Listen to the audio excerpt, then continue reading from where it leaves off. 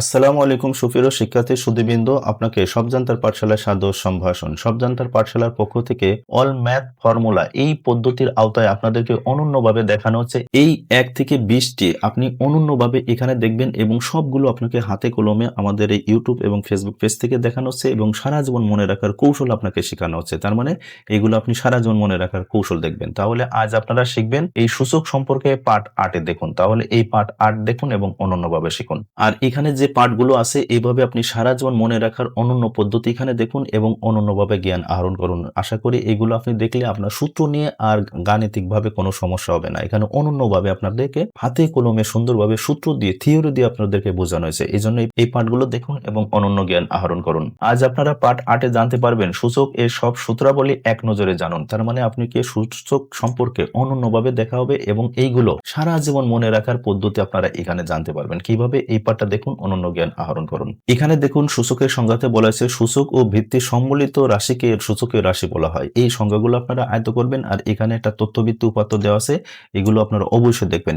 দেখুন সূচকের মৌলিক বিষয় হলো এইটা। তার মানে যে সংখ্যাটা আপনি নিচে দেখবেন এইটাকে বলা হবে ভিত্তি, আর এই সংখ্যার উপরে যেটা থাকবে এটাকে বলা হবে ঘাত বা সূচক। এই মৌলিক বিষয়টা আপনারা অবশ্যই জানবেন বা মনে রাখবেন। এইবার দেখুন সূচকের সূত্রাবলী। এখানে আমি একটা কৌশল দিয়েছি, দেখুন সূচকের সব সূত্র মনে রাখার 5টি কৌশল আমি এখানে দিয়েছি। তার মানে 1 নম্বরে বলা হয়েছে আপনি এই যে প্লাস, তার মানে প্লাস দেখতে কিসের মতো? গুণের মতো। তার মানে আপনি যে এই যে যোগ চিহ্ন দেখছেন 2টা দাগ টেনে, আবার দেখুন গুণও কয়টা দাগ টেনে? গুণ 2টা, একই রকম মনে হচ্ছে। তার মানে আপনি মনে রাখবেন যোগ দেখতে কিসের মতো? গুণের মতো, আবার গুণ দেখতে কিসের মতো? যোগের মতো। এটা হলো 1 নাম্বার। 2 নম্বরে বলা হয়েছে এই যে বিয়োগ দেখতে কিসের মতো? 100% ভাগের মতো। তার মানে দেখুন এই যে বিয়োগ দিয়েছেন, বিয়োগের নিচে আবার যদি উপর নিচে ফোঁটা দেন তাহলে এটা কি হয়ে গেল? ভাগ। তার মানে এই ভাগ দেখতে কিসের মতো? বিয়োগের মতো। বিয়োগ দেখতে কিসের মতো? ভাগের মতো। এই কৌশলটা আপনি আয়ত্ত করবেন। 3 এ বলা হয়েছে ঘাতের সাথে ঘাতের সর্বদা কি হবে? গুণ হবে। এই ব্যাখ্যাটা আমি এখানে বুঝাবো। 4 এ বলা হয়েছে সবসময় অনেকগুলো ভিত্তি থেকে একটি ভিত্তি নিতে হবে। কিভাবে? এই দেখুন এখানে অনেকগুলো ভিত্তি আছে কিন্তু একটি নিয়ে আপনাকে নির্বাচন করে এটা কাজ করতে হবে। 5 এ বলা হয়েছে ঘাতের সংখ্যাকে উপরের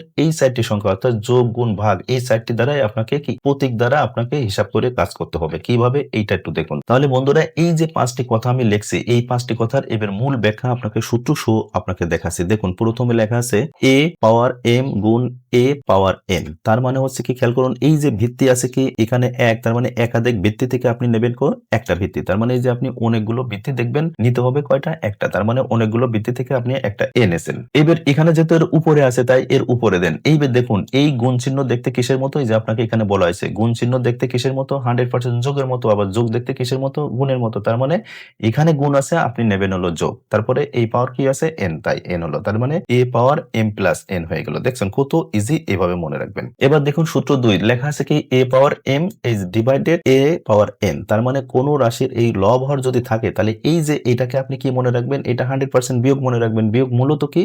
ভাগ। আবার এই ভাগটা হবে কি? আপনার বিয়োগ হবে। এই হলো মূল কথা। এবার দেখুন এখানে ভিত্তি আছে অনেকগুলো, অনেকগুলো থেকে আপনি একটা ভিত্তি নেবেন। এবার প্রথম যে পাওয়ার থাকবে সেই পাওয়ার বা ঘাত আপনি নেবেন। নেওয়ার পরে এইটা আছে কি? ভাগ। তাহলে ভাগ কিসের মতো দেখতে? 100% বিয়োগের মতো। তার মানে ভাগ দেখতে কিসের মতো? বিয়োগের মতো। আর বিয়োগ দেখতে কিসের মতো? ভাগের মতো। যেহেতু এখানে ভাগ আছে তাই অটোমেটিক আপনি মাইনাস বা বিয়োগ পাবেন। আর শেষে ভিত্তি আবার কি আছে? n, তাই n হয়ে গেল। তাহলে তার মানে এই সূত্রটা হয়ে গেল কি? a power m minus n। দেখুন কত মজার এই তথ্য অনুসারে। এবার সূত্র 3 দেখুন a b পাওয়ার আছে কি? n। তাহলে আপনারা জানেন এরকম পাশাপাশি থাকলে প্রথম হলো a হবে, আর পাশাপাশি থাকলে গুণ দিয়ে পরেরটা b দিতে হয়। যেহেতু এর পাওয়ার কি আছে? n আছে। n মানে এর উপরও আছে, b এর উপর আছে। তাই এর উপর n দেওয়া হলো, b এর উপর দেওয়া হলো। তার মানে যেহেতু ভিন্ন সংখ্যা, এখানে a হলো একটা এবং b হলো আরেকটা। তাহলে একই যেহেতু ভিত্তি নাই, তাহলে আমরা কি গুণ চিহ্ন গুণের পরিবর্তে গুণ দিতে পারবো? দিতে পারবো না। কি জন্য? কারণ এর ভিত্তি হলো আলাদা। কিন্তু একই ভিত্তি হলে আপনি এই গুণের পরিবর্তে কি দেবেন? যোগ। আবার এই ভাগের পরিবর্তে দেবেন কি? মাইনাস। কোন ক্ষেত্রে?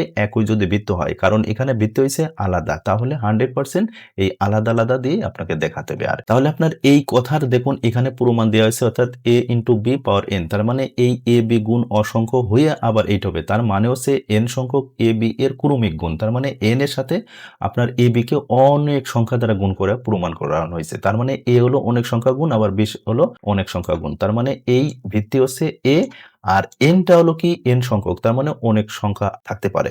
আবার বি হলো ভিত্তি, আর এই এনটা হলো এর বি সংখ্যক, তার মানে এইটাকে আপনাকে এ গুণ বি, যেহেতু ভিন্ন আলাদা, তাহলে এ পাওয়ার এন বি পাওয়ার এন, এভাবে এটাকে প্রমাণ করে এবং এভাবে মনে রাখবেন। 4 নম্বর সূত্র দেখুন, এ ডিভাইডেড বি পাওয়ার এন, আর এই এন পাওয়ার মানে এর উপরেও আছে, আবার এন পাওয়ার মানে বির উপর আছে, তাই এটা আলাদা করে এই যে এর পাওয়ার এন দেখানো হয়েছে এবং বির পাওয়ার এন দেখানো হয়েছে। আর এটার মূল সংখ্যা আছে বি নট ইকুয়াল সমান সমান 0, আর এটা মনে রাখবেন এটা ভিন্ন আছে, এই জন্য আলাদা আলাদা আপনাকে এভাবে মান বসাতে হবে। আর যদি একটা থাকতো তাহলে আপনি মাইনাস দিয়ে করতে পারতেন। দেখুন এই কথাটার আপনার প্রমাণ এখানে দেওয়া আছে, দেখুন এ ডিভাইডেড বি পাওয়ার এন, তার মানে এখানে এ বাই বি, এখানে অনেক সংখ্যা নিয়ে এখানে মূল কথা হলো এন সংখ্যক এ বাই বি এর ক্রমিক গুণ বোঝানো হয়েছে এভাবে। তার মানে এই উপরের লব হচ্ছে আপনার এভাবে এ এর অসংখ্য গুণ, তার মানে এন মানে এই এন সংখ্যক গুণ বোঝানো হয়েছে।